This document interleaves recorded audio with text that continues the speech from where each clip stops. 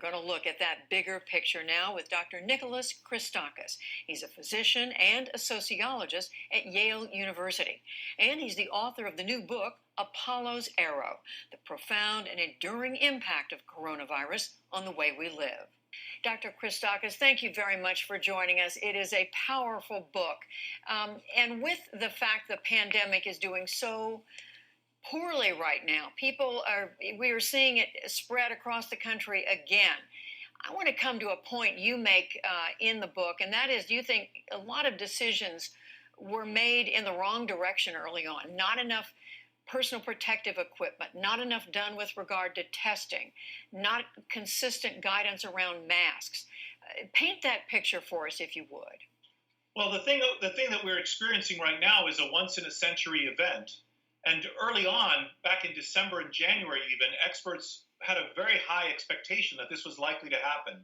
And what we should have done, in my view, as soon as China locked down and put nearly 1 billion people under home confinement, beginning January the 24th, we should have perked up our ears and said, oh my goodness, what's happening in China? We should prepare. And we should have done just the things that you mentioned. Prepared our testing capacity, our masks. The public should have been steeled with resolve for what was ahead of us, and so on. And unfortunately, we didn't really make adequate preparations until we were really hit hard in March. You also write, Dr. Christakis, about the politics of this, frankly, misinformation that went around public, just frankly, conspiracy theories that were allowed out there without being corrected, bad guidance. How much did that contribute to the slowness of the response in the United States?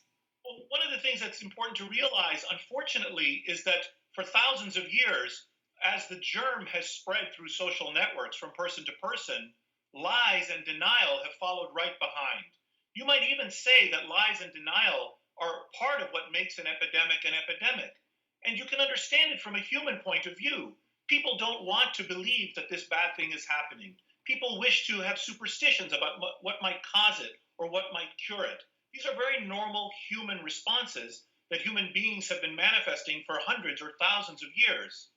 But it's the role of leadership, in my opinion, our leaders whom we elect, to help us not be that way, to help us actually see the world for how it is, and not kind of in a fantasy way, pretending that nothing is happening, when in fact our world has changed. When we just learned in the last few days that the vaccine may be available in coming weeks or by the end of the year, early next year, but we're also hearing this warning from Dr. Fauci and others that it may be with us for a while. What do you think the real timeline is in terms of when life returns to a semblance of normal? I think even if the vaccine or several vaccines are invented in the next few months, which is likely, we still have challenges in manufacturing, distributing, and persuading the public to accept the vaccine. And those challenges will take about a year. And meanwhile, the virus is still spreading, and it will continue to spread until we reach a threshold of about 40 to 50% of Americans who are infected. Right now, we're only at about 10%. That threshold is known as the herd immunity threshold. So that'll take us into 2022. So from my perspective, the first period during which we're confronting the biological and epidemiological impact of the virus, and we're living in a changed world, wearing masks, physical distancing, school closures, and so on, will last until sometime in 2022. And then we're going to begin a second period when we are recovering from the psychological, social, and economic shock of the virus. And this has been seen for thousands of years with other epidemics. And that'll take a couple of years for us to rebuild our economy and recover.